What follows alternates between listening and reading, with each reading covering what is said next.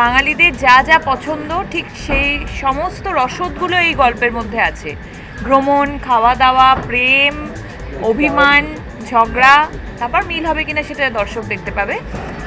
তবে সেই রসদগুলো সবটাই লেখক দিয়ে গেছেন।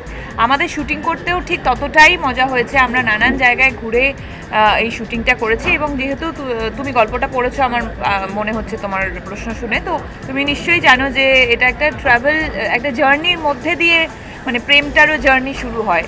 সো আমাদেরও সেই জার্নিটা বেশ লম্বাই ছিল। আমরা যেমন মণিপুরে শুটিং করেছি সেরকম আমরা নর্থ বেঙ্গলেও শুটিং করেছি এবং কলকাতা, সব মিলিয়ে ভীষণ ইট ওয়াজ ভেরি ভেরি বিউটিফুল। আর একদম পারফেক্ট টাইমে আমরা শুটিংটা করছিলাম, সেটা হচ্ছে শীতকাল।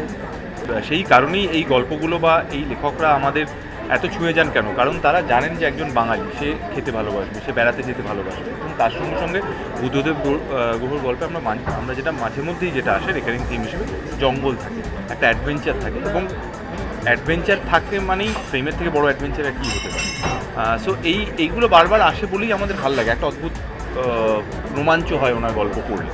তো সেটা সিনেমায় রাজ সেভাবেই আনতে চেয়েছি, সেই কারণেই ওর এই গল্পটা এত ভালো লেগেছিল। আর শুভ এই যেটা কথা বললো সেটাও খুব ইম্পর্টেন্ট যে আমরা ঠিক সময় শুটিংটা করেছিলাম। এটাই যদি প্রপার গ্রীষ্মকালে শ্যুট করতে হতো তাহলে আর একদমই আমাদের এতটা ভালো লাগতো না, কারণ কস্টিউমের ব্যাপারেও যেটা তোমরা দেখছো গানে বা ট্রেলারে একটু গরম জামার ব্যবহার আছে।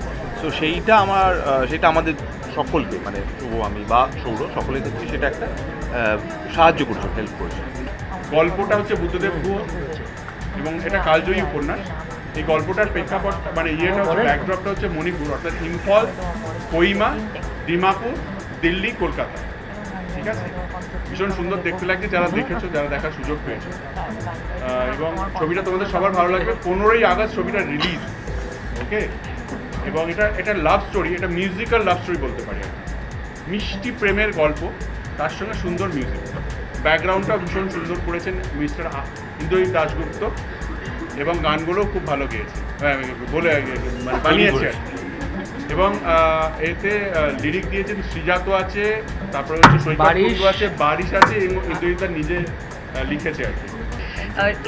এই ছবিটা রাজদার সাথে আমার প্রথম কাজ এবং শুভশ্রীদির সাথে আমার প্রথম কাজ।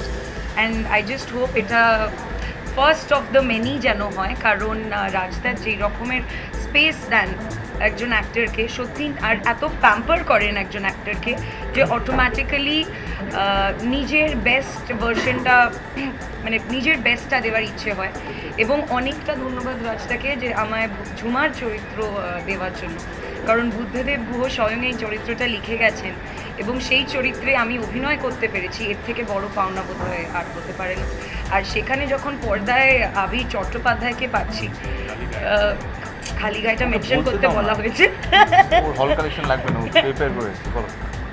তো আর আমার ফার্স্ট ছবি মেঘনাদ বধ রহস্যতে আবিদ্যার সাথে আমার প্রথম কাজ হয়েছিল, এবং তারপরেও বিভিন্নভাবে কাজ হয়। এবং ইনফ্যাক্ট যখন এই শুটিংটা করছি কখনো মনেই হয়নি কাজ করছি, এতটাই আড্ডা মারতে মারতে কাজটা হয়ে গেছে। আর শুভদি আমরা আড্ডা মারতে মারতে কাজ হয়ে গেছে।